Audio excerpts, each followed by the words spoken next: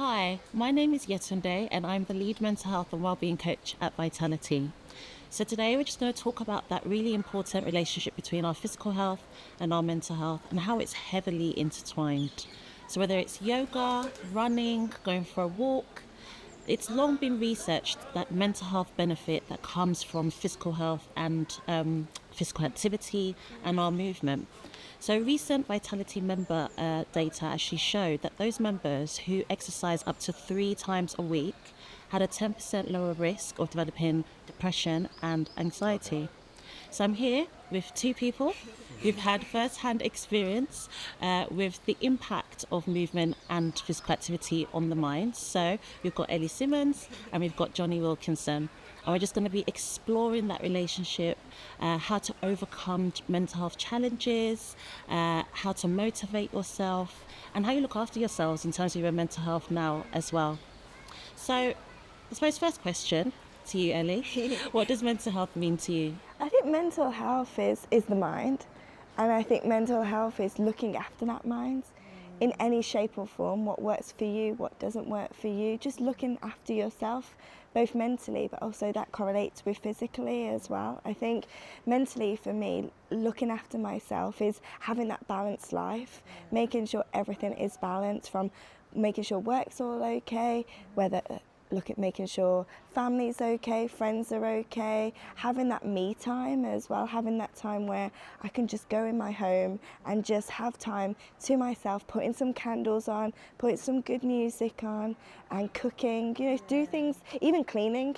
I know sometimes that can stress people out, but I love cleaning. Same. For me, when I clean, I feel like my head is clean. And it's just looking at things that make you feel good and looking after your mental health, and especially now, since retiring. Well, I've been retired, keep feeling like I've retired yesterday, but I've been retired now just under 3 years. For me, exercise I see is different. Before, it was exercise was my job. It's a thing I absolutely love to do, but it's a thing that I used to do 9 times a week in the water, and then gym sessions and yoga and all that. Whereas now, exercise for me is that mental escape. It's that chance to, I go for a swim once a week, half an hour in the pool, put my phone to the side, just me in that water for half an hour, and I do Pilates too, I do at the gym. But for me, looking after my mental health is just making sure everything is in balance and things are, I'm happy, and I think that again all correlates. Oh, that's lovely. Jonny, what about you? I think for me, mental health represents kind of limits.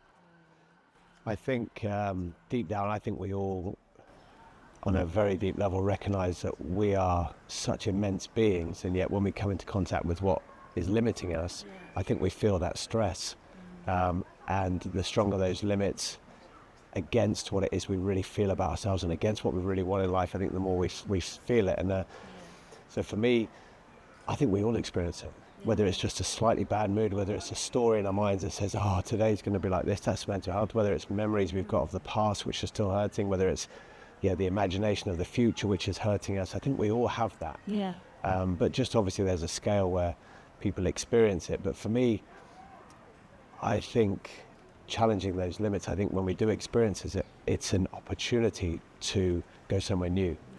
But it's so tough, it's so challenging, and initially the response can be just get away from it, get rid of it, just clear it, just whatever it, I just don't need this. But actually I think we find it keeps coming back because it needs to be sort of addressed and almost welcomed and it definitely explored. But as we all kind of know, you kind of explore it. That doesn't mean you're free now. It comes again. I think it's part of life, and the more that we can start to understand it's part of life, we can connect with each other over each other's kind of experiences. We see lots of photos and images of people who are nailing it in life, and they give the impression that there is no challenge left for them. You earn your living, or you have this, you get this many likes, you live in this place, you have this, and suddenly life's perfect. I think that's a dangerous perspective, because I don't think that's true. And looking at exercise, for me, I think with those limiting ideas, things can get a bit stagnant. But to get up, move your body, get things moving again, but to also ask questions of your body, we can get caught sort of sitting in this space the whole time. But to open your body up, to rediscover your youth, to rediscover that what you've got, challenges, set yourself challenges that mean you push those limits back a little bit, little wins over time, building momentum, endorphins, all those things. It's hugely exciting, but also just within your movement, you can find out, you can start to flow and dance and find out your uniqueness. You know, or we can turn it into a sort of a struggle down the street, can't we, in terms of you're jogging and you're just checking your watch the whole time. But there's so much beauty in movement, as well as loads of stuff, you know, to do with sport and that kind of stuff.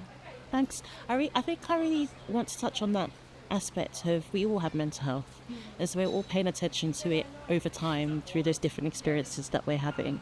So I suppose for you, Ellie, how has being active through sports and physical activity affected your mental health, do you think? You know what, I think it changed a lot, definitely. I think throughout my swimming career, when I was a youngster, in my first games when I was 13, I just loved everything about swimming.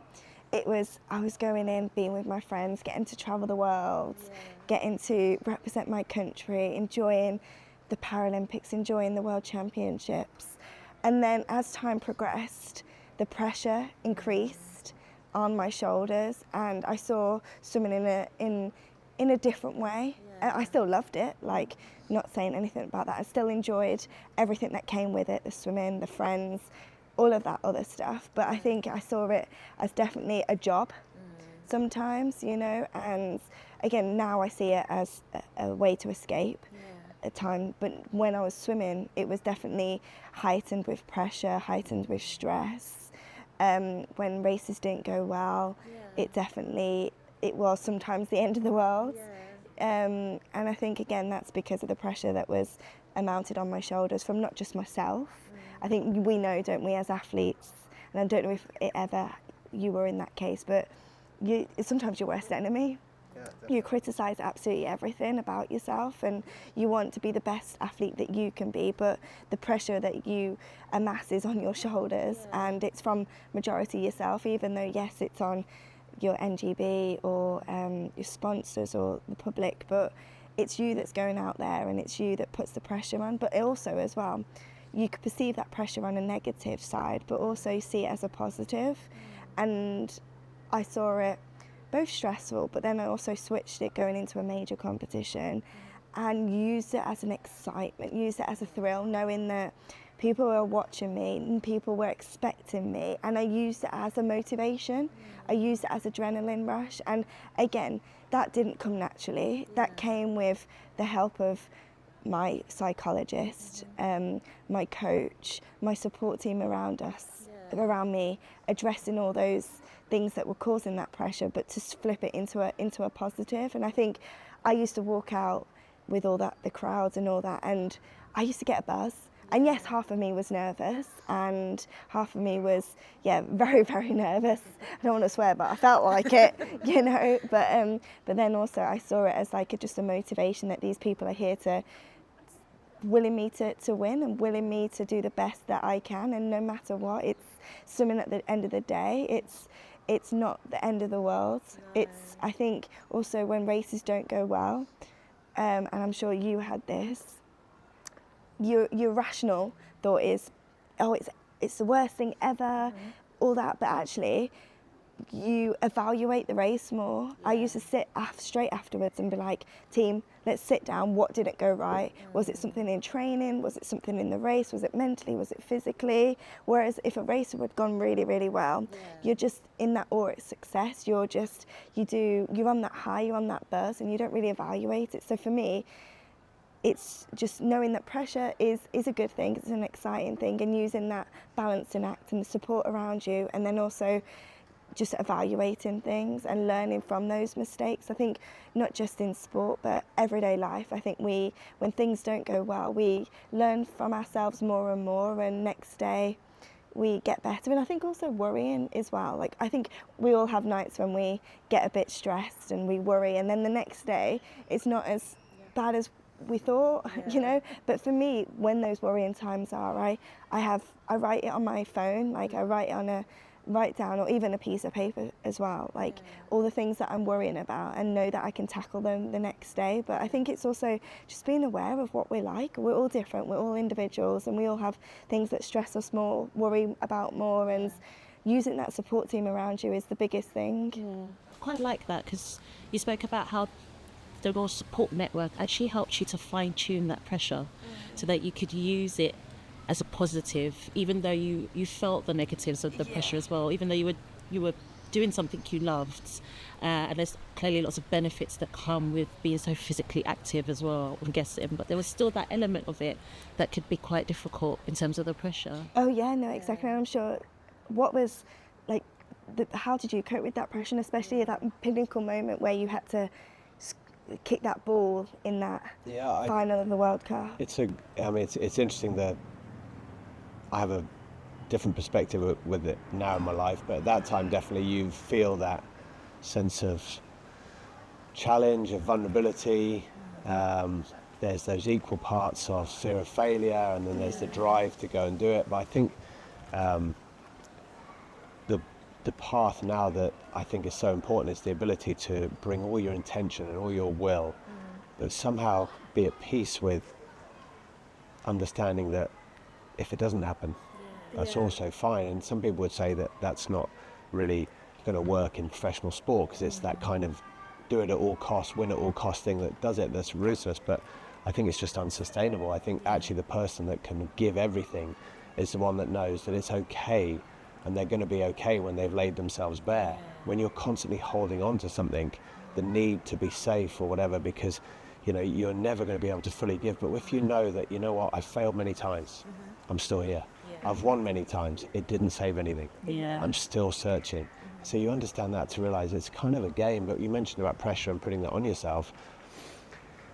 The key to all performance, and I think with activity, as you mentioned, like when you find yourself a bit blocked in your mind, same thoughts going around, that whole idea of activity is it's quite intense at some point. It connects you to your body, it connects you to your surroundings.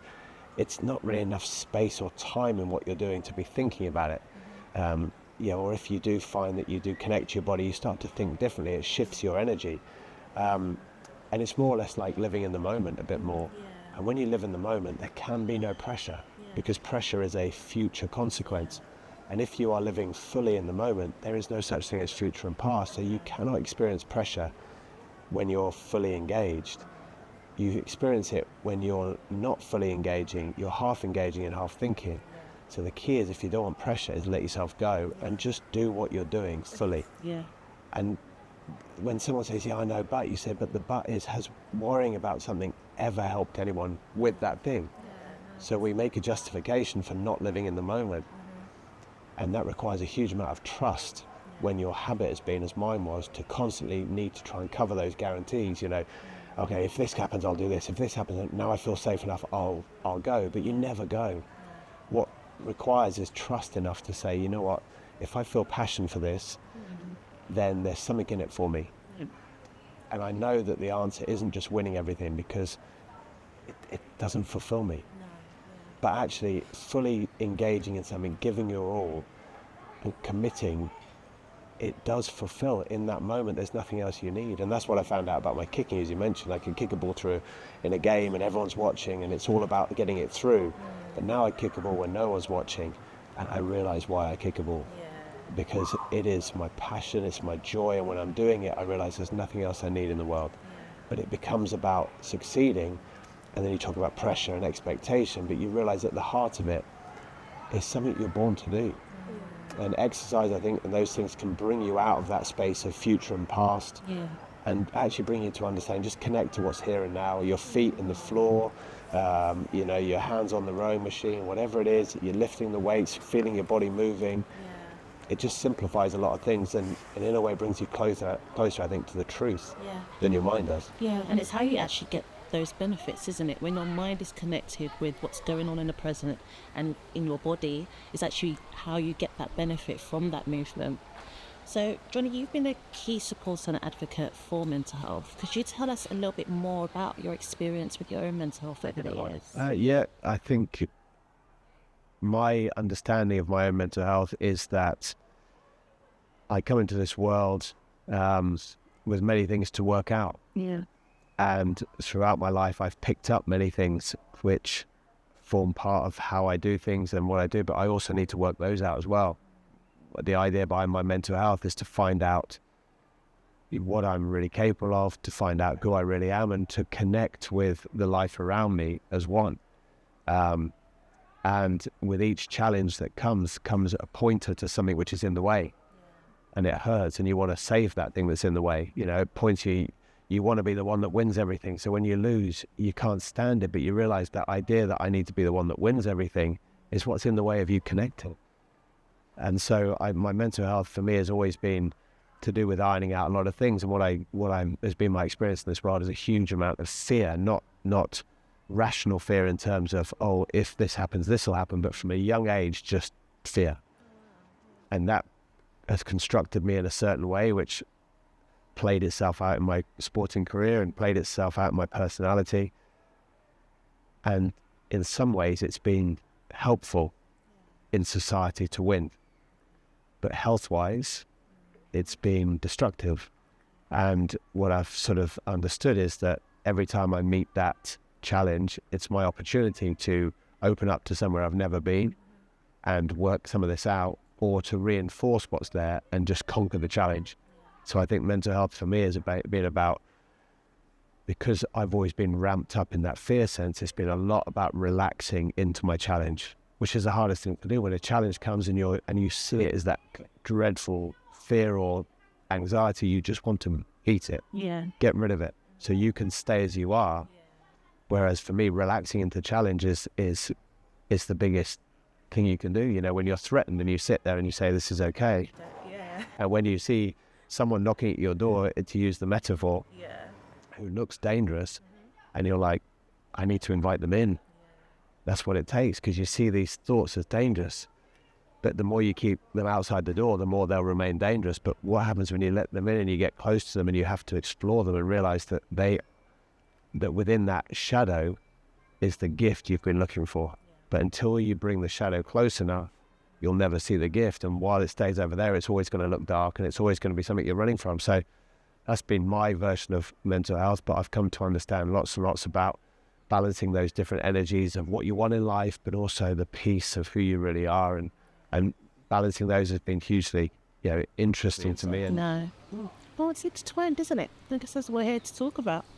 So, Ellie, after retiring from swimming in 2021, how did your mental health shift, if you noticed any changes, and how did you cope with those changes? Yeah, I think for me, after retiring after Tokyo, I knew every single day where I had to be when I was an athlete. I had a plan, whether it's the 4-year plan of a Paralympic cycle, whether it's a year plan of a World Championships or a Europeans, or whether it's, training on a weekly basis. Every single day I knew where I'd got to be and what my purpose was, in a sense, of being that athlete. And then for me going into Tokyo, I knew I was going to retire. I had planned, it was my 4th games. I was able to say goodbye to each event on my own terms. And then it happens, and I didn't have to be at the pool every single day. It was weird. It was like I lost a lot of myself, and it was definitely days where I loved it. Days where, especially that first year, maybe even less, where I was like, oh, it's so nice, I've got this extra day, I've got all this time in the world, I can do absolutely anything. But then also I would wake up and think, what actually am I going to do today? What is it I want to do?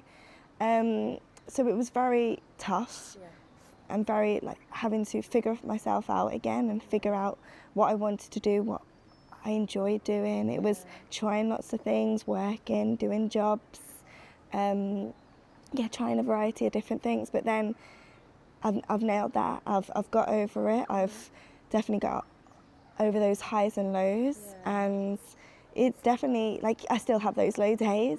I still sometimes go for a swim and I miss the feeling of what I used to feel like in the water. Now I can only swim half an hour and I get puffed out. Whereas like I used to be able to do like 2 hours of sessions 2 times a day, you know. Whereas now it's different. But I think I found out what I enjoy doing. I love the opportunities that life gives me now, working and doing different things every day and being able to use my voice for different reasons now. Instead of using swimming, I get to be able to meet lots of people, have a lovely chat with both of you today, you know, things like that, which I'm very, very thankful for. But it's definitely been moments where, there's been tough moments, but also moments that I've been able to thoroughly enjoy as well. And I think it's what's quite nice is just changing that mindset from actually I don't need to be swimming. I can do. There's so many opportunities out there to try and do. I think sometimes there's too many to choose from, but also it's about realising. Like I tried things that I realised I'm not a fan of office work. That's not me. I tried a bit of that. I tried a bit of sitting 9 till 5 answering emails and realised I love being around people. I can't sit in an office. I can't do that. But I figured out what things I like to do, what I don't do, and 3 years later I'm really enjoying. I don't miss it. No. I do miss being fit and miss being with a team and being able to travel and going to a Paralympics and all that, but like now I get to talk about the sport and I see the athletes and feel their enjoyment. You know, I see them standing behind those swimming blocks and you can see the nerves that they're feeling and all that routine, and now I don't miss that, definitely. Do you have any of your competitive side still in there?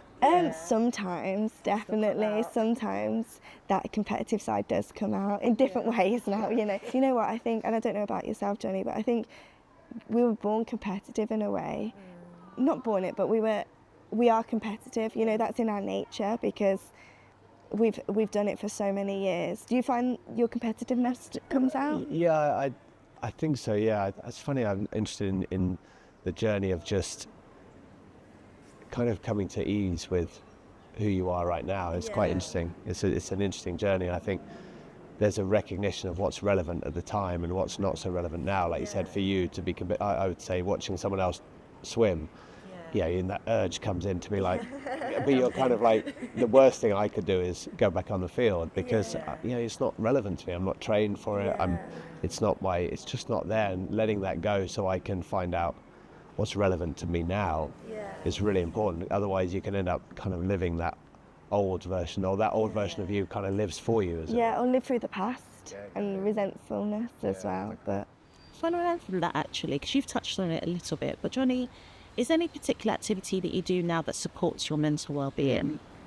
Yeah, I think lots of things allow me to, I think in a way, just coming back to the place of relaxation almost. That's what supports my well-being. Is I've spent so long looking for answers to satisfy, as we were talking before, your mind saying this problem, and you try and find the answer, and the mind, for me for example, gobbles up that answer, and you think, well, that'll satisfy my mind, it'll go away now, but it just gets bigger and it wants more food, and you're kind of like, oh no, I have to. And I've realized that the answer for me has been in the unknown. And I think it's one of the biggest things that you can ask someone, is to say, when you're in that state of challenge or anxiety or whatever, to trust in the unknown. But to relax is essentially to give that message that it's okay. Yeah. And funny enough that answer comes, but not in an intellectual way. And that's what those activities I would use would be 2 things. One is to follow my passion. So whatever I find exciting, I try and give as much time to that as possible without needing to know why. I just do it. Just follow that gut instinct, as long as it's safe, obviously. And the other one is to absolutely kind of surrender in that relaxation space. So walking, beautiful walking, but not just walking, but walking in the most relaxed, easy manner.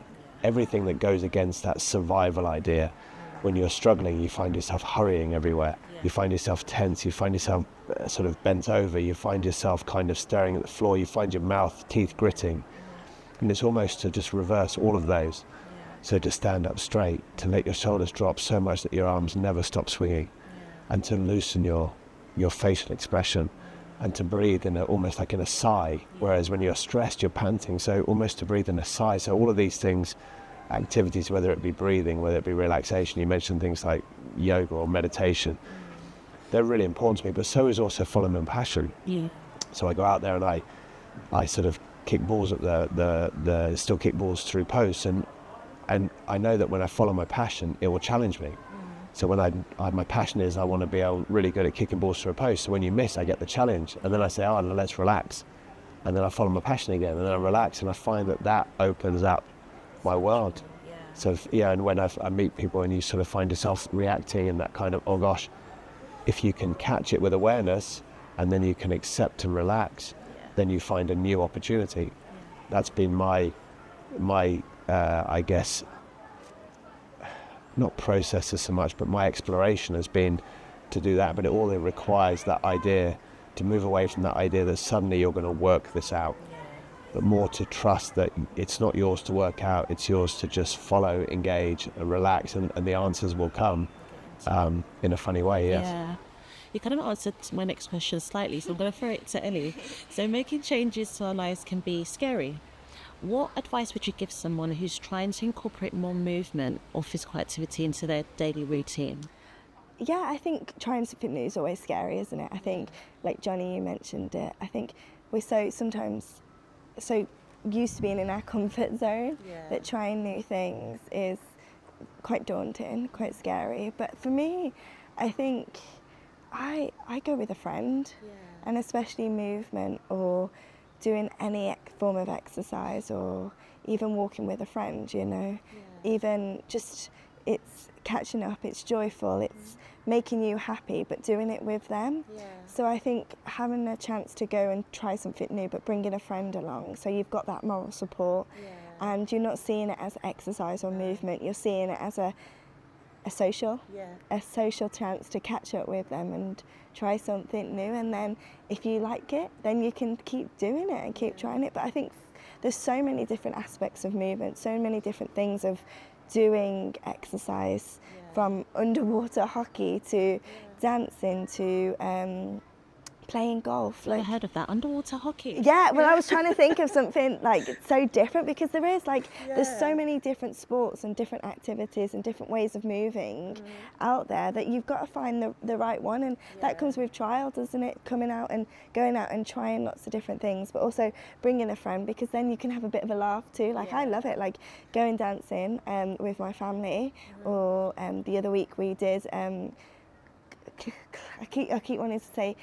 Clyde, when you go do it's like Scottish Highland dancing. It's so fun. It's so amazing. But I loved it, and doing it with them, and we had joy, and and I think exercise can bring so much happiness and joy, and doing it with someone else then, and you're just laughing off with each other. Do you know what? Funny you say that, just because I think sometimes people can get an understanding of what exercise is, and immediately, if it doesn't fit with you, how are you going to start?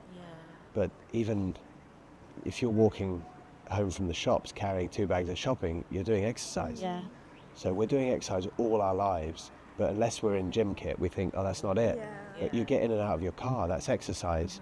And you can do that in the most graceful way possible and give your body to it. And it's actually like you're exercising. But then, as you mentioned, that what exercise you want to do, if you feel a bit of excitement for it, you can be you whilst you do it.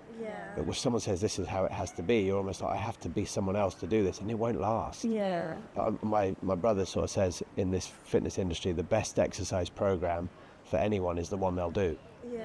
And you often find yourself going, look at this one, it's laminated and it's got these, and it's like, I've never done it, and I never will. But actually, what will you do today? And if you're also to realise you're probably already doing a load of exercise. Like you said, when you go to a building and you walk up the steps, it's like, well, you literally might as well be on a step machine. So whilst you've got those steps, you're like, well, I'm going to enjoy this. I've got to go up there anyway, so I might as well. But I think it's funny, the exercise definition can put people off when we're already doing it. And as you said, you can do it so many ways, and no one can tell you that's right and that's wrong. They can help you towards a goal, but they sure as hell can't tell you what's fun for you or how to move. But you can find out how you want to move, and Yeah. I like it. Me and my colleague have started calling it movement or physical activity, just to reframe our own thinking about exercise. Yeah. Because when I think exercise, I see myself in the gym lifting Yeah. weights. Exactly. And it's not like It's not like that, and I haven't done that Surrounded since by before. people who are way Yeah, better than you, exactly, way bigger, right? yeah, exactly. And I haven't done that since before having a child, so I don't think I'm going back to it. Walking has been my constant. Yeah, nice. So we've got a couple questions from the audience. So I'm going to throw it to you, the first one to you, Ellie. Actually. oh, you love throwing them to me to Yeah. start with. So how do you make sure that you don't beat yourself up or overthink things when you don't follow through on your plans for movement? That's a good question because that happens quite a lot at the moment. I have this vision of getting up early and going to the gym or going to do a Pilates class or doing a bit of exercise or movement, and it doesn't happen. Do you know what?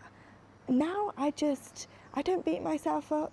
I think I realise that actually that extra sleep might help me, or that doing a different job, or knowing that like I'm not so regimented anymore. I don't need to swim 9 times a week. I don't need to exercise is to fit in around my work or to fit in into my life, but it's not the be all and end all.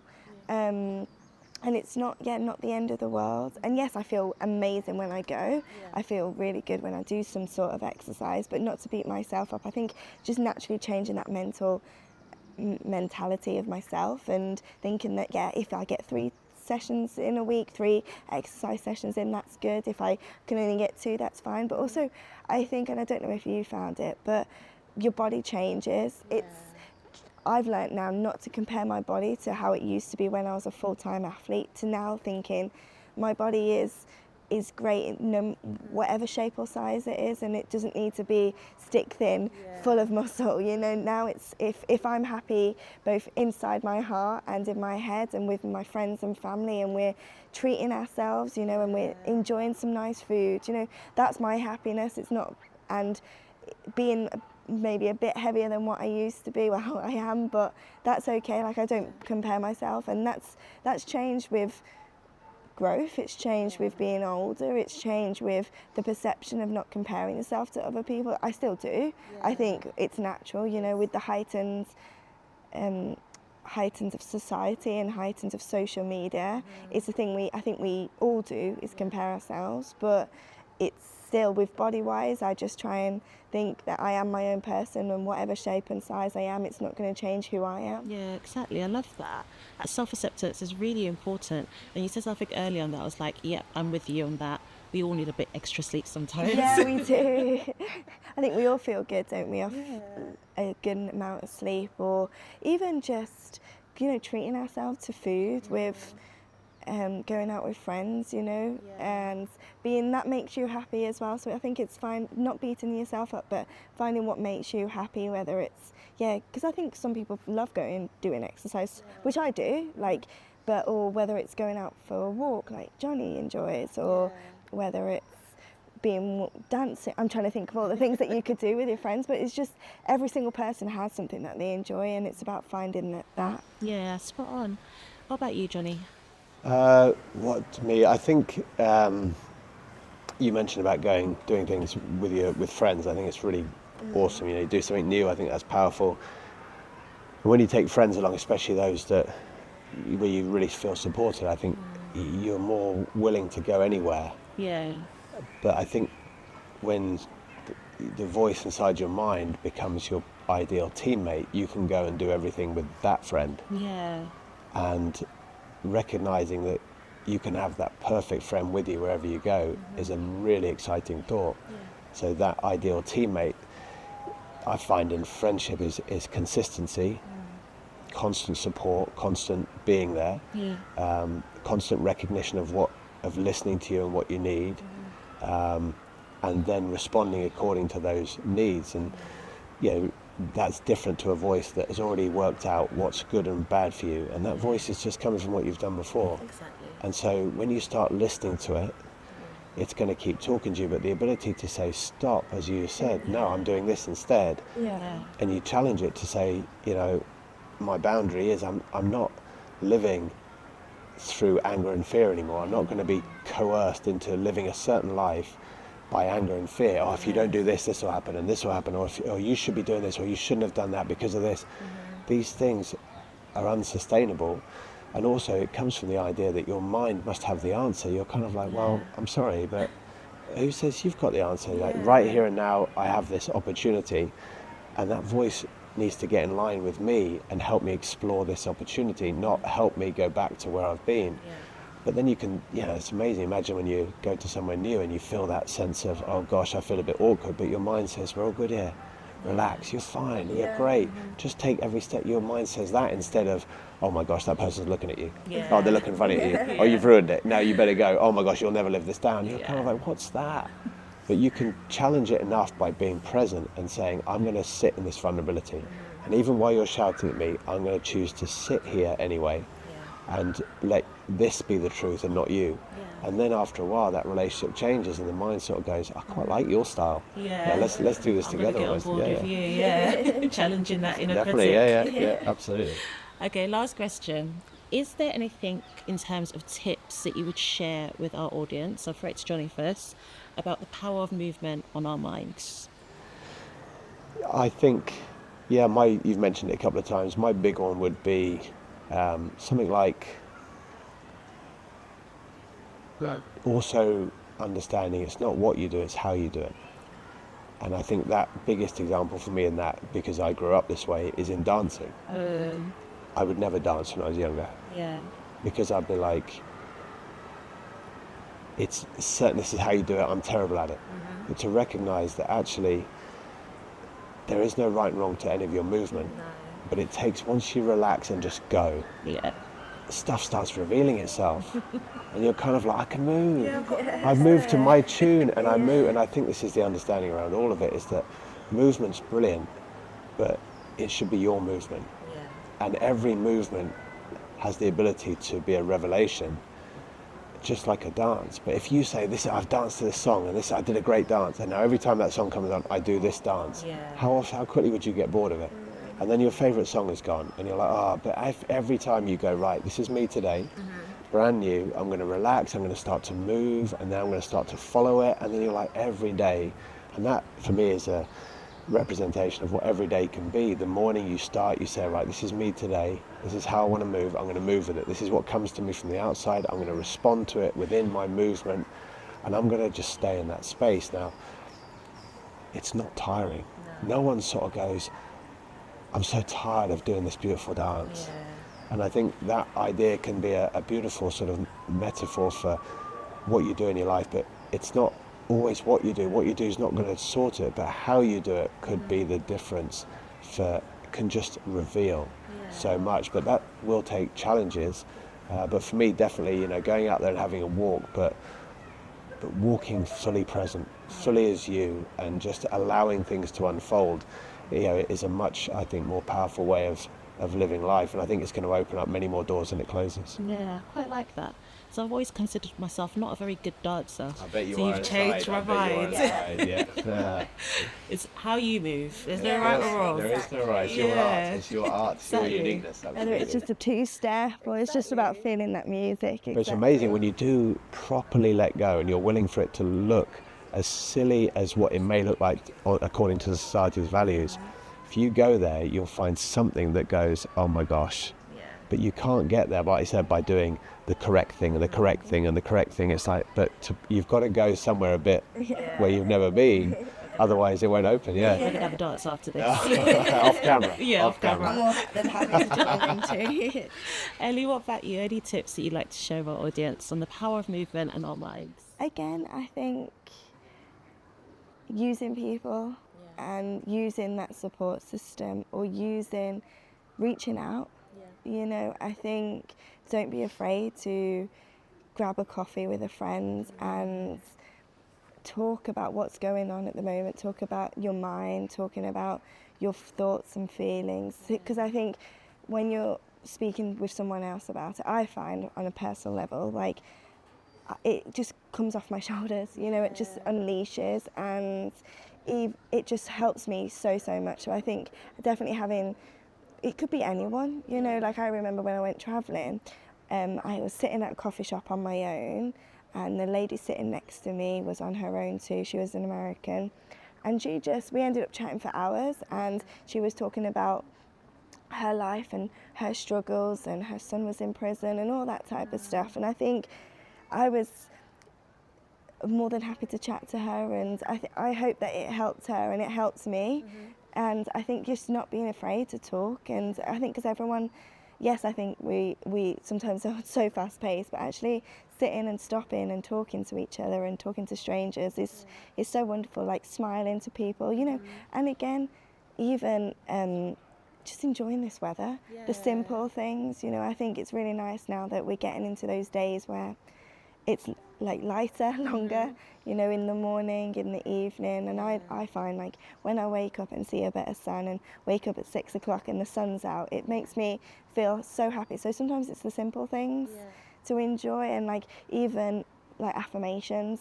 Me and my best friend, we message each other every day saying 3 things at the end of the day what we're thankful for, whether it's a cup of coffee, whether it's treating ourselves, whether it's saying hi to someone new, trying something new. It's just those simple things that can make you happy. And again, writing things down. I'm like you, I've got a diary, you know, and I write everything that's on my mind or everything that's I'm thinking about. Just again, another platform, as well as using individuals and using people, writing it on your paper and realising, even though it's all maybe going off in your mind and all scrambled like Scrabble, once it's on paper you can see it and tick it off, and it's again another therapeutic way of just unleashing things and looking at things. Fantastic. Thank you both. It's been a lovely chat. I really enjoyed it. Thank you. So thank you for tuning in, everyone, and we'll see you soon.